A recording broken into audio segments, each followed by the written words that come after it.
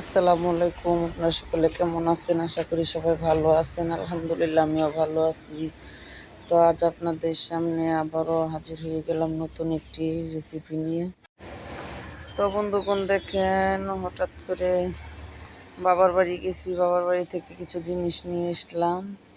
তো আমাদের দেশে খার কান কিংবা চৈতার বউ বলে, ওটার ছোট ছোট গাছ নিয়ে আসলাম। আর ওইগুলো হলো চাশনি পাতা বলে, তো ওইগুলো নিয়ে আসলাম। আর আপনাদের ভাইয়া ইদানিং আমার শরীরটা ভালো না, দুর্বল, মাথা ঘোরা, গা গোলা, সেই জন্য রাতে সজাগ থাকি, ঘুম হয় না, শরীর খুবই নষ্ট হয়ে গেছে, খারাপ লাগে, শক্তি পাই না, বল পাই না।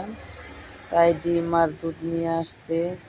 তো দুধ যদি এইভাবে ফ্রিজে রাখে আমি খেতে পারি না, তাই জাল দিয়ে তারপর ফ্রিজে রাখবো। তো এখন নাসিমা আপা আর আমি মিলে দুধগুলো ছেঁকে নিচ্ছি, কারণ বাজার থেকে আনা দুধ কেমন হয় জানি না, পশম থাকে, তারপর অনেক ধরনের সমস্যা থাকতে পারে। তাই আমি দুধগুলো ছেঁকে তারপর ভালো করে জাল দিয়ে ঠান্ডা করে ফ্রিজে রেখে দিব। শুধু একটা বোতল বের করে একটা বলক ফুটাই খেয়ে ফেলতে পারবো। তো দেখেন, একে একে 2 বোতল দুধ দিয়ে দিতেছি। এখানে কিন্তু 2 লিটার করে 4 লিটার দুধ। তো দেখেন নাড়াচাড়া করে এখন জাল দিয়ে দিতেছি। দেখতে থাকেন, আশা করি আপনাদের মধ্যে ভালো লাগবে। তো বন্ধুগণ, দিন দিনই আমার শরীরটা খুবই খারাপ, আপনারা আমার জন্য দোয়া করবেন। আল্লাহ পাক যেন আমাকে সুস্থ রাখেন এবং আমার মনের আশা পূর্ণ করে আপনাদের মাঝে আমি নতুন নতুন ব্লগ নিয়ে হাজির হতে পারি।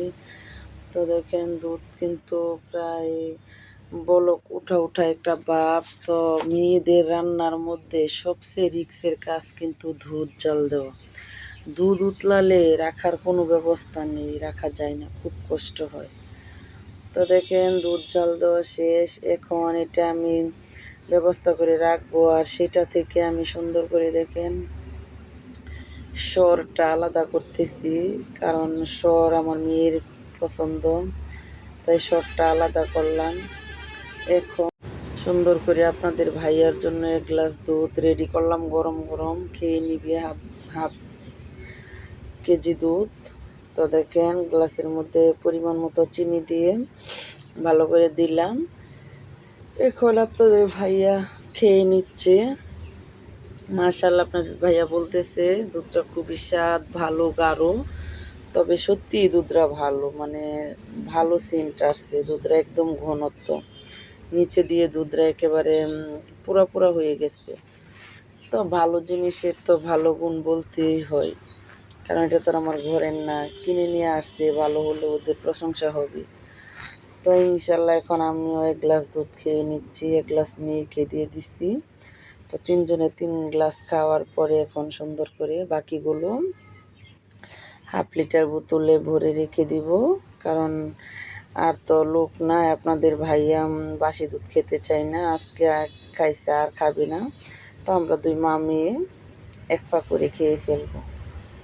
তো দেখেন আমি কতগুলো ননি খুলছি।